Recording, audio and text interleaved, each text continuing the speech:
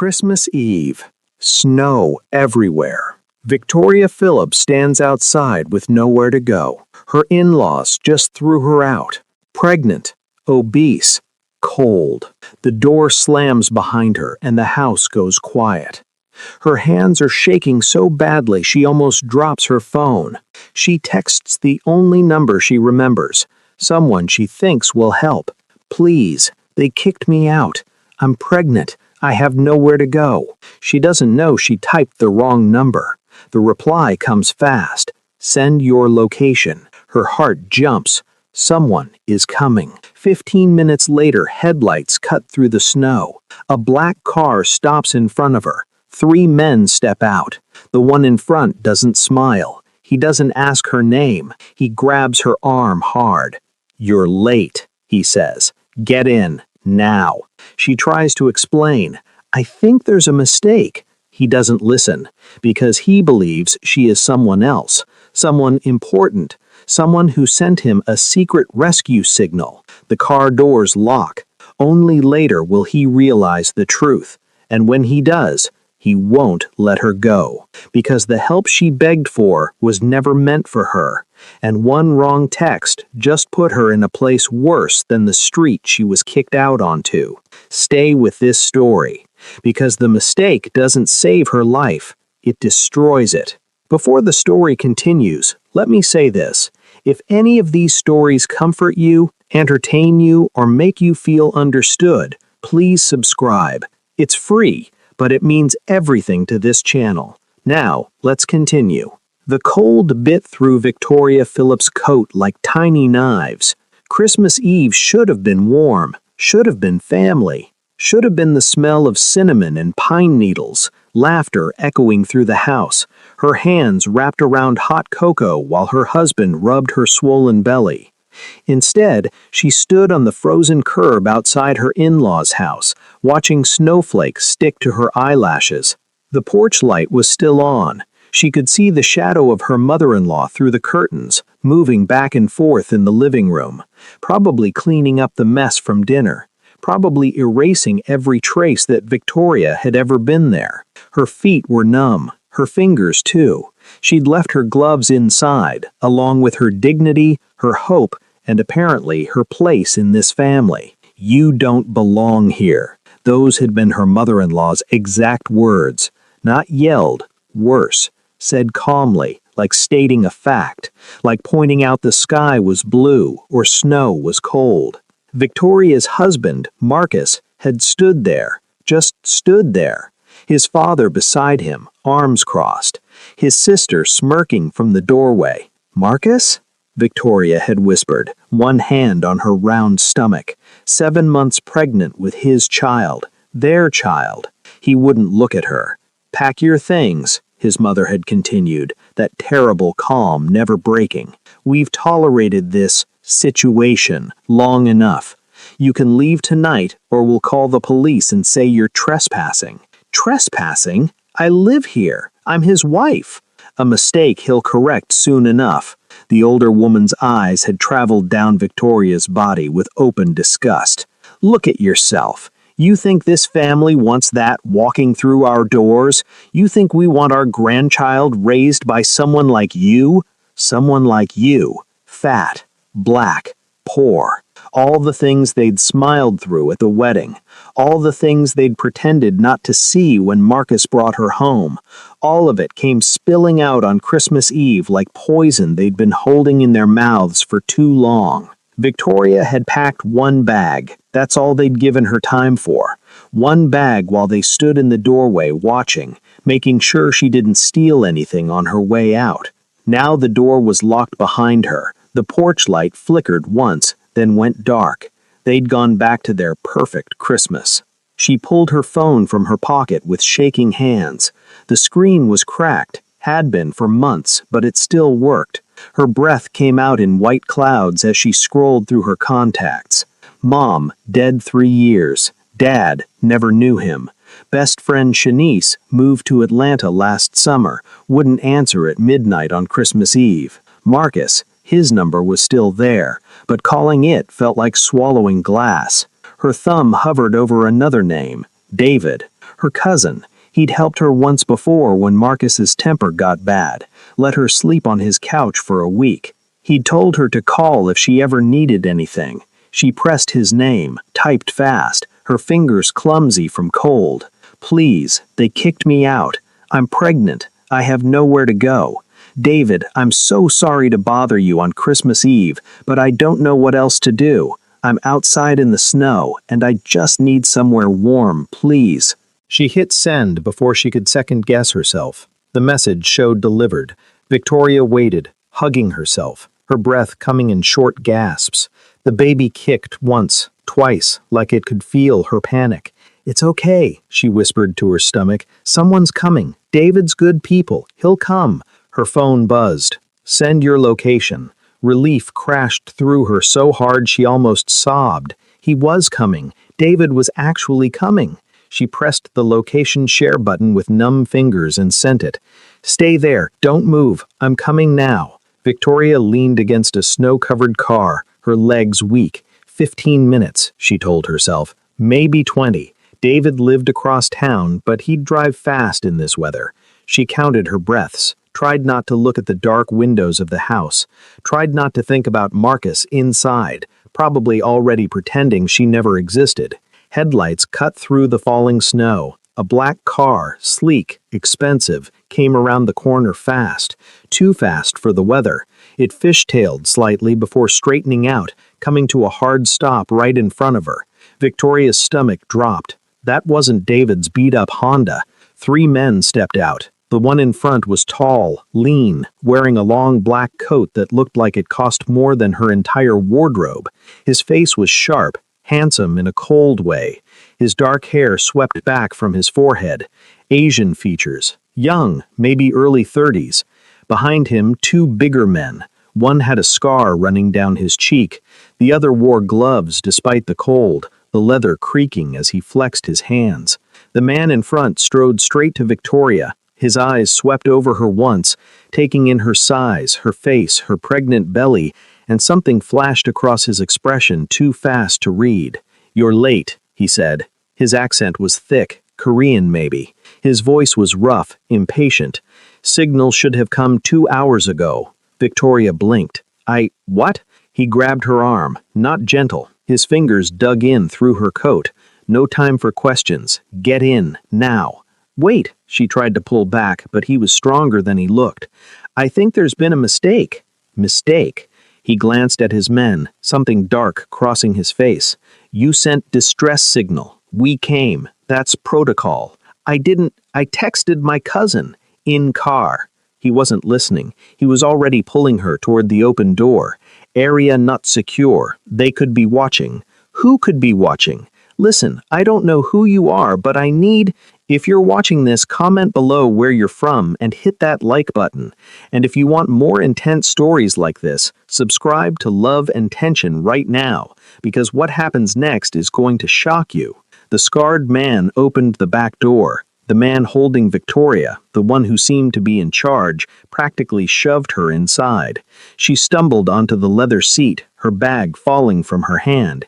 Hey, you can't just... He slid in beside her. The door slammed. The locks engaged with a heavy click that made Victoria's heart stop. Drive, the man said in Korean to the driver. Take southern route. Check for tails. The car lurched forward. Victoria grabbed the door handle. Locked. She tried the window controls. Nothing. Let me out. Her voice was rising, panic flooding her veins.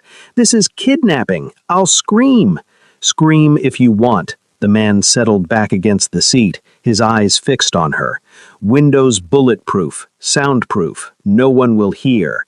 I texted my cousin, David. His number ends in 4728. Check your phone. You're not David. For the first time, doubt flickered across his face. He pulled out his phone, scrolled, his jaw tightened. This number, he said slowly. It's mine. You sent message to this number. He showed her the screen. Victoria's blood turned to ice. The last digits, 4738, not 4728. One number, one single digit different. Oh God, she whispered. Oh God, I mistyped. I didn't mean... Who are you?" The man studied her, really looked at her for the first time. His eyes traveled from her face down to her belly, then back up. Something shifted in his expression. "My name is Jun-Hoo," he said quietly, too quietly, "and I think we have a very big problem." The car ride lasted 30 minutes. Victoria tried everything. Begging, reasoning. She showed him her cracked phone, pulled up David's real number, explained about Marcus and the in-laws and Christmas, and how this was all just a terrible mistake. Jun-Hoo listened, said nothing. The two men in front didn't even glance back. "Please," Victoria said for the 100th time, "just drop me at a shelter, a motel, anywhere. You can forget this ever happened." "Can't do that." "Why not?" He looked at her with those dark, unreadable eyes. "Because you have my number now. You've seen my face, my men, my car. You know what happens when civilians know too much." Victoria's mouth went dry. I won't tell anyone, I swear. I don't even know who you are." "Exactly." He leaned forward slightly. "You don't know what you've walked into. This number you texted, it's emergency line. Only 5 people in the world have it. People who work for me. People I trust. When I got your message, I thought one of them was in danger. I'm sorry. Sorry doesn't fix this." His voice was flat. "That signal brought me out here personally on Christmas Eve, left business unfinished, exposed my location, all for wrong woman." The car turned down a dark street. No street lights, no houses, just warehouses and industrial buildings, their windows broken or boarded up. They pulled into a loading bay. The door rolled shut behind them with a sound like thunder. "Out," Jung-Hoo said. Victoria didn't move, couldn't. Her entire body was shaking now, and not from the cold. The scarred man opened her door and reached in. She shrieked and tried to scramble backward, but there was nowhere to go. He grabbed her arm, gentler than Jung-Hoo had, but still firm, and pulled her from the car. Her feet hit concrete.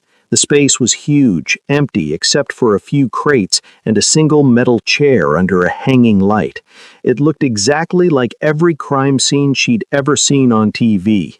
"Oh God," she whispered. "Oh God, you're going to kill me." Jung-Hoo stepped out of the car, straightening his coat. "Kill you? No, that would be wasteful." "Then what?" "Sit." He pointed at the chair. Victoria's knees gave out. She half sat, half collapsed into it. The metal was freezing through her jeans. Jung-Hoo circled her slowly. "Let me explain situation. Real person who should have sent that message, her name is Minji. She's been working undercover for me, gathering information on rival operation. Very dangerous people. 3 weeks ago, she went silent. Tonight, I finally get emergency signal from her number." He stopped in front of Victoria. "Except it's not her, it's you. I made a mistake." "Yes, you did." He crouched down so they were eye level. "Now I have to figure out what to do with you. Can't let you go, you know too much. Can't kill you, too messy, and honestly, you're pregnant. I'm not a monster." His lips curved in something that wasn't quite a smile. "But I can't trust you either." Victoria's mind was racing. What happened to Minji, the woman who was supposed to send the signal? Good question. Jung-Hoo stood. "She's either dead, captured, or turned.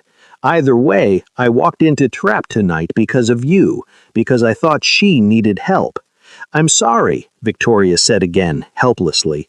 "I'm so sorry." "Stop apologizing." He pulled out his phone. "Explain everything, from beginning. Why were you outside in snow? Who kicked you out? Where is your husband?" So Victoria talked. She told him about Marcus, about the in-laws, about 7 months of trying to fit into a family that never wanted her, about tonight, about David's number and the single digit that changed everything. Jung-Hoo listened without interrupting. When she finished, he was quiet for a long moment. "Your husband," he said finally, "he just watched them throw you out?" Victoria nodded, tears burning her eyes. "And they kept his child, their grandchild. They said they'd take the baby after it's born, raise it properly, without me." Something dangerous flashed across Jung-Hoo's face. "They plan to take your child? That's what his mother said, that I could give birth and then disappear. They'd tell the baby I abandoned it or something. Jung-hoo turned away, speaking rapid Korean to his men. They responded in the same language, their voices low. Finally, he turned back to Victoria. "New plan," he said. "You stay here tonight. Tomorrow, I deal with Minji's situation, then I figure out what to do with you." "Here?" Victoria looked around the freezing warehouse. "I can't stay here. It's Christmas. I'm pregnant. You need to be alive." His voice cut through her protests. "Right now, you're safest here. You go to shelter, Marcus and his family find you, what happens? You go to police, they don't believe you, send you back to husband? You wander streets?" He shook his head. "You'll freeze, or worse." He walked to one of the crates and returned with a heavy blanket, tossed it to her. "There's a bathroom in back, running water. Sang-hyun will bring food." He nodded at the scarred man. "Try to sleep. Tomorrow we talk more." "You're leaving me here?" Victoria's voice cracked. "Alone?" "Not alone. Sang-hyun stays. He won't hurt you, but he also won't let you leave." Jung-hoo headed for the car. "Oh, and Victoria, don't try calling for help. Signal doesn't reach. And even if it did," he paused at the car door, "no one knows you're here. No one is coming for you. Understand?" Victoria understood. She was trapped. The car doors closed. The engine started. Jun-hoo and one man drove away, leaving her with Sung-hyun, who settled onto a crate near the door with his phone, completely ignoring her. Victoria pulled the blanket around her shoulders and tried not to cry. One wrong number. One single digit. And now she was here. Victoria didn't sleep. How could she? Every sound made her jump. The settling of the building, the distant traffic, Sung-hyun's occasional cough, the baby rolling inside her, restless and uncomfortable. She spent the night curled in the chair, the blanket wrapped tight, replaying everything. If she'd just double-checked David's number, if she'd called instead of texting, if she'd never married Marcus in the first place. If. Dawn came slowly, gray light filtering through the high windows. Sung-hyun stood, stretched, and disappeared into what Victoria assumed was the bathroom. When he came back, he had 2 bottles of water and a wrapped sandwich. He set them on the floor near her chair without a word. "Thank you," Victoria whispered. He returned to his crate.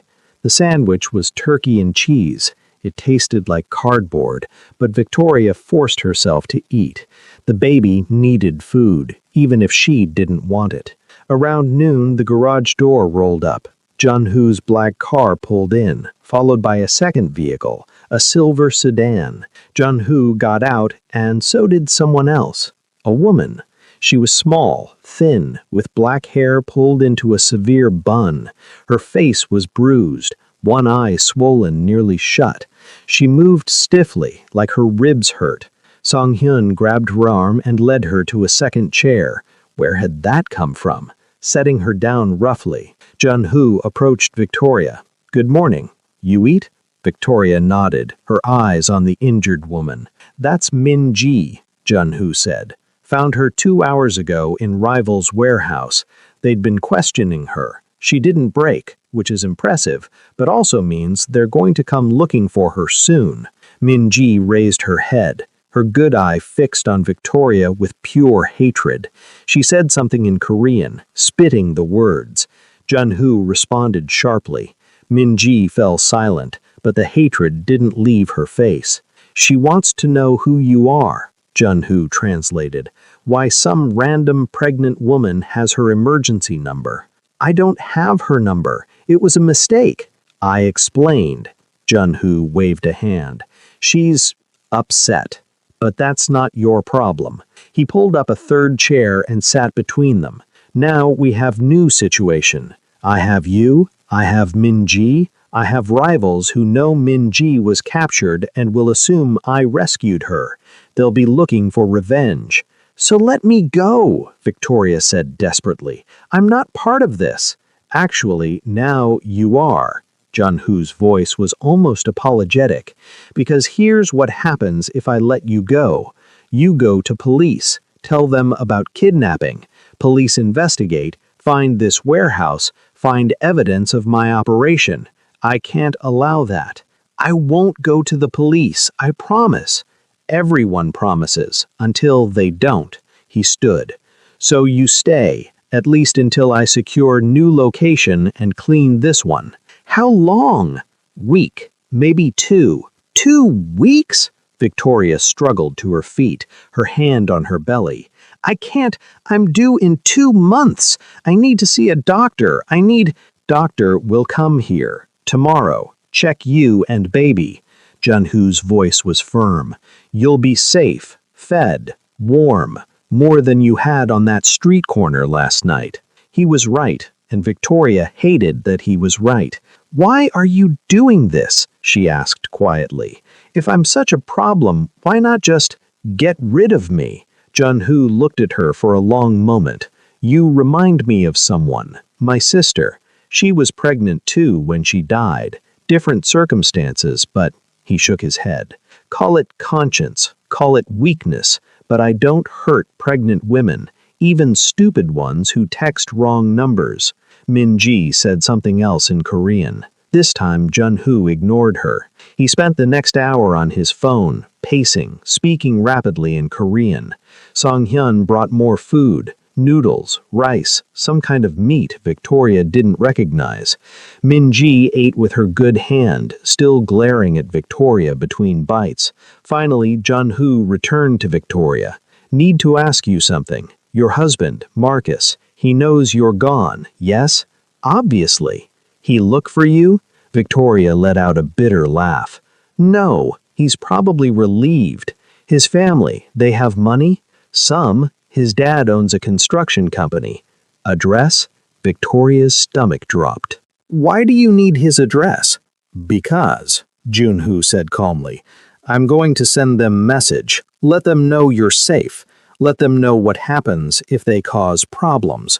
No, please, just leave them alone. Victoria. He crouched in front of her again. They threw pregnant woman into snow on Christmas. They plan to take your baby. You really want to protect them? I don't want anyone hurt. No one will be hurt. Just scared, little bit. His smile was cold. Address, now. Victoria gave it to him, hated herself for it, but gave it anyway. Jun-Hoo made another call, spoke quickly, hung up. Done. My men will visit tonight. Leave message on their doorstep. Nothing violent, just reminder that you're not alone anymore.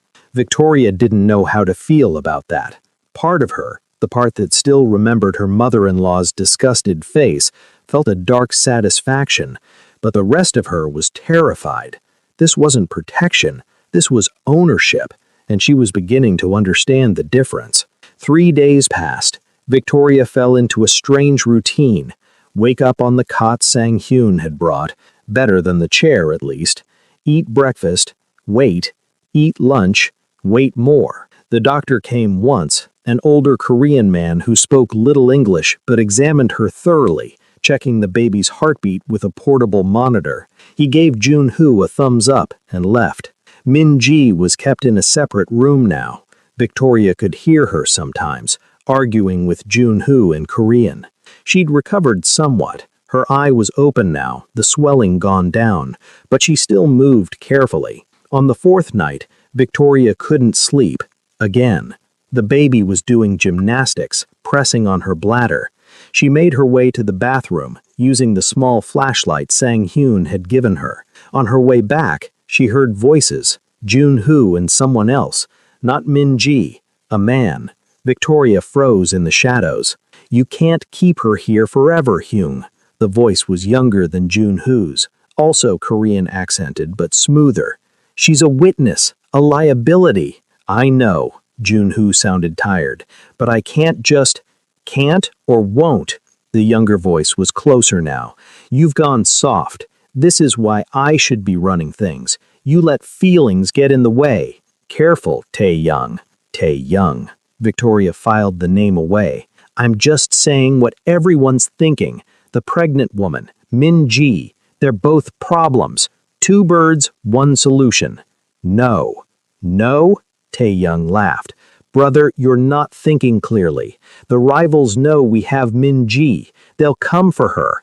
When they do, they'll find the pregnant one too. Then what? You think they'll show mercy? Silence. Let me handle it, Tae-young said. Clean, quick. They'll just disappear. Problem solved. Victoria's blood turned to ice. I said no. Junhoo's voice was hard now. She's under my protection. Since when do you protect random civilians? Since she became my responsibility. Footsteps. Go home, Tae-young. I'll deal with this my way. Your way is getting us killed. Then challenge me properly. Take leadership. But until then, you follow my orders. More footsteps. The sound of a door opening and closing. Victoria waited in the shadows, her heart hammering. Slowly, quietly, she made her way back to her cot. She didn't sleep at all that night. The next morning, Junhoo seemed different, distracted. He brought breakfast himself, eggs, toast, orange juice, and sat with Victoria while she ate. You have family, besides Marcus? Victoria shook her head. My mom died, no siblings, just me. Lonely life. Yeah, she pushed eggs around her plate. What about you? I heard you mention a sister yesterday. His face closed off. She's gone. Long time ago. I'm sorry. Don't be. Life is full of loss. We just keep moving. Victoria gathered her courage. Junhoo, that man last night, Tae-young, he wanted to kill me, didn't he? Junhoo's eyes snapped to hers. You were listening. I was going to the bathroom. I didn't mean to. Doesn't matter. He leaned back, studying her. Yes, he wanted to kill you. He probably still does. Tae-young is my brother. Half-brother, technically. He thinks I'm weak, that I let emotions cloud judgment. Is he right? Maybe. Junhoo smiled without humor. But weakness keeps me human. His way leads to madness. Will he try anyway? To kill me? He might. Junhoo's honesty was somehow worse than a lie, which is why I'm moving you tonight. New location, safer. And Min Ji stays here. Different situation. He stood. Pack your things. We leave at midnight. But they didn't leave at midnight, because at 11:47 p.m., everything went wrong. Victoria was waiting by her cot, her single bag packed, when the lights went out. Not just dim, dead, complete blackness. Sang-hyun? She called. No answer. Then, gunshots. Victoria screamed and dropped to the floor, her hands over her belly. More gunshots. Shouting in Korean. Glass breaking. She crawled toward the wall, her breath coming in panicked gasps. The baby was kicking frantically, responding to her fear. Footsteps running, more shouting, a door slamming. Then, silence. Victoria waited, pressed against the cold concrete, counting her heartbeats. The lights flickered back on. Junhoo appeared in the doorway. His coat was torn, blood on his sleeve. His or someone else's, Victoria couldn't tell. Are you hurt? He asked. She shook her head, unable to speak. Good. Get up. We're leaving now. What happened? Rivals found us. Min Ji had a tracker we didn't find, led them right here. He grabbed her arm, pulling her up. Come on! They ran through the warehouse. Victoria saw Sang-hyun by the door, holding his gun, blood running down his face. Saw another body on the floor, one of the attackers. Saw Min Ji being dragged by another man, her hands tied. Junhoo shoved Victoria into a car, not his black one, a different vehicle, smaller. He jumped in beside her, and the driver floored it, tires screaming. Victoria looked back through the rear window, saw the warehouse, saw figures emerging, raising guns, saw the muzzle flashes as they opened fire. The rear window exploded.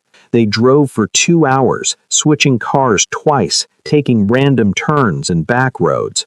Victoria spent the whole time curled in the back seat, arms over her head, sure every second would be her last.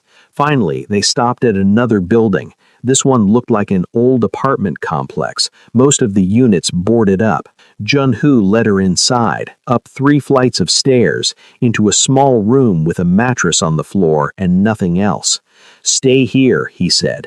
"Don't leave, don't call anyone. Understand?" Victoria nodded numbly. He left. She heard locks engaging. She was alone again. Victoria sank onto the mattress and finally let herself cry. Great heaving sobs that shook her whole body. The baby rolled and kicked, distressed by her distress. "I'm sorry," she whispered to her belly.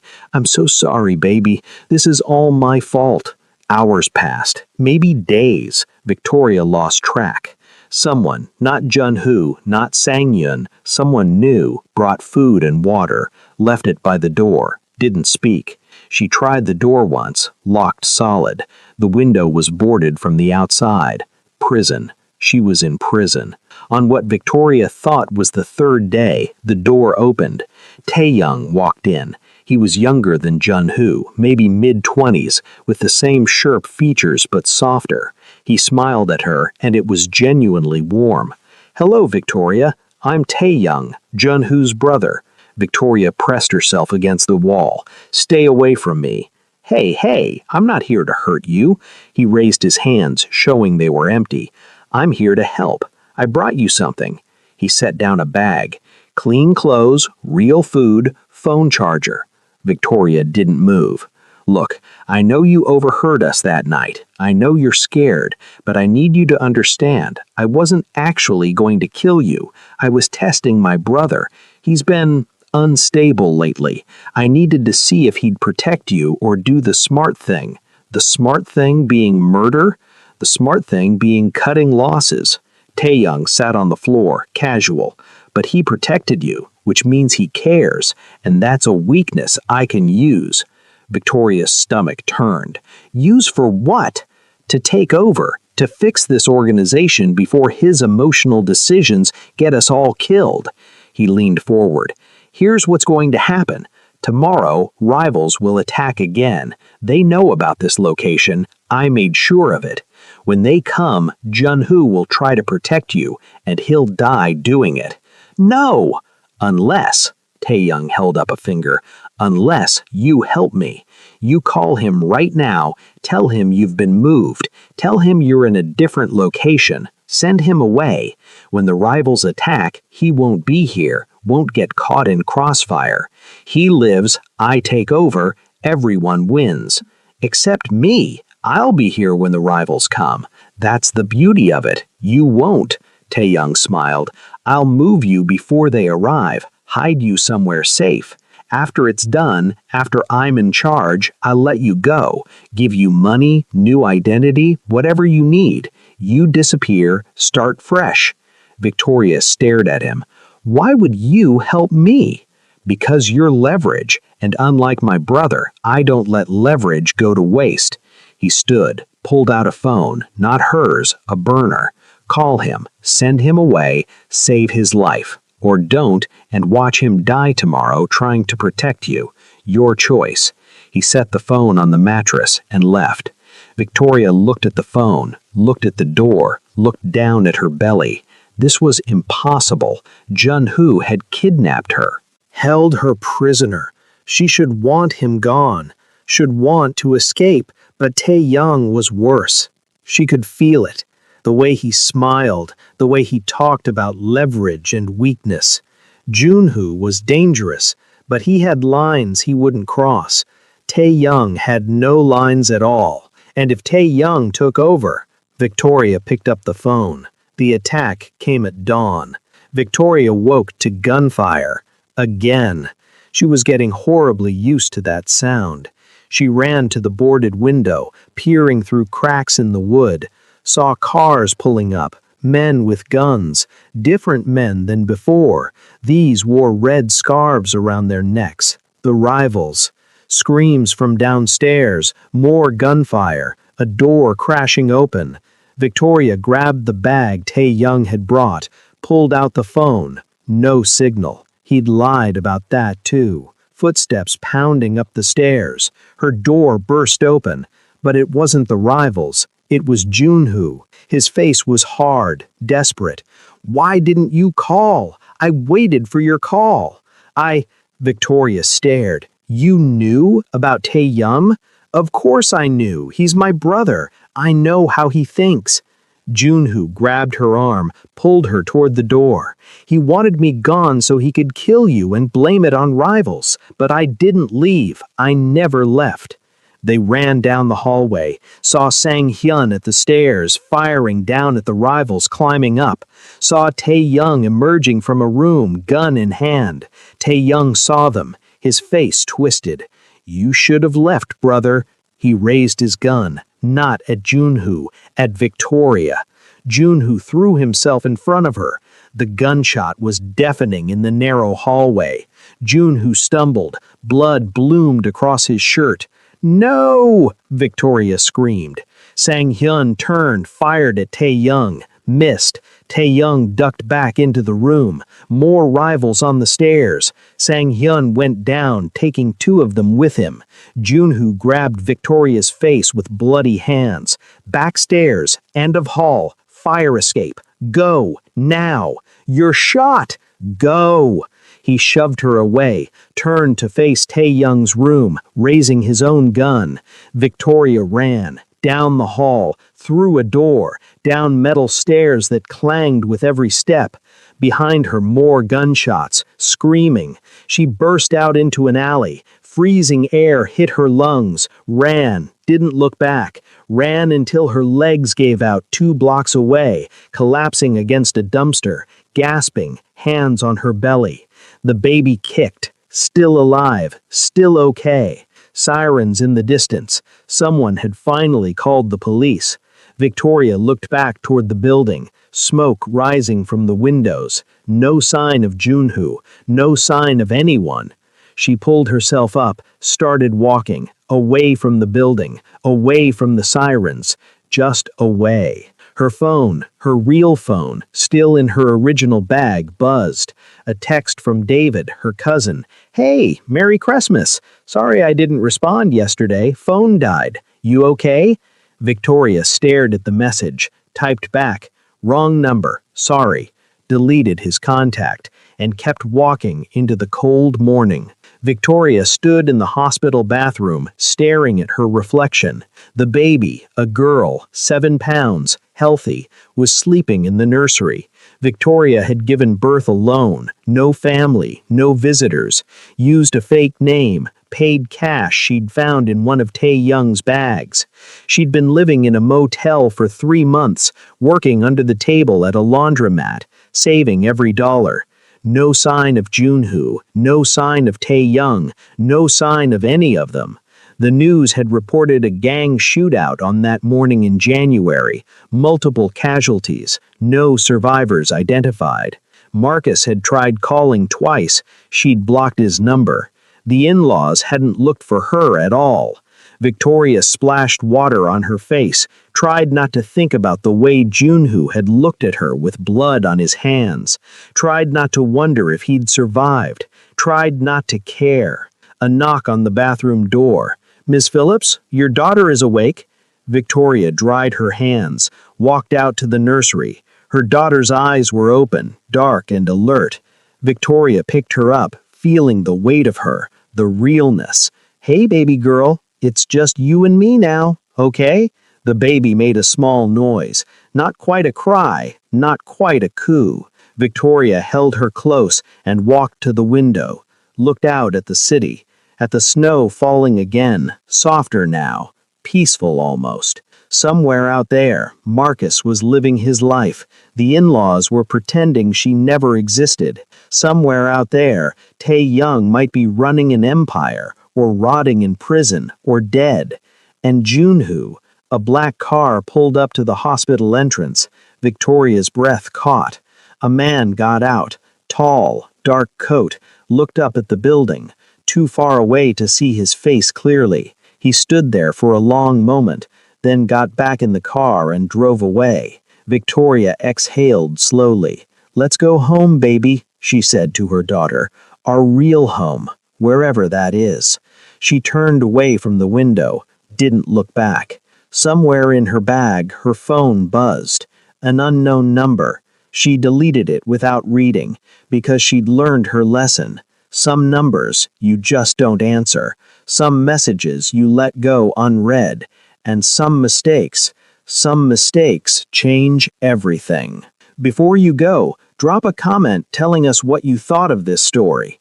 And if you haven't already, hit that subscribe button for love and tension, because we've got more intense, unpredictable stories coming your way. Trust us, you don't want to miss what's next. The end.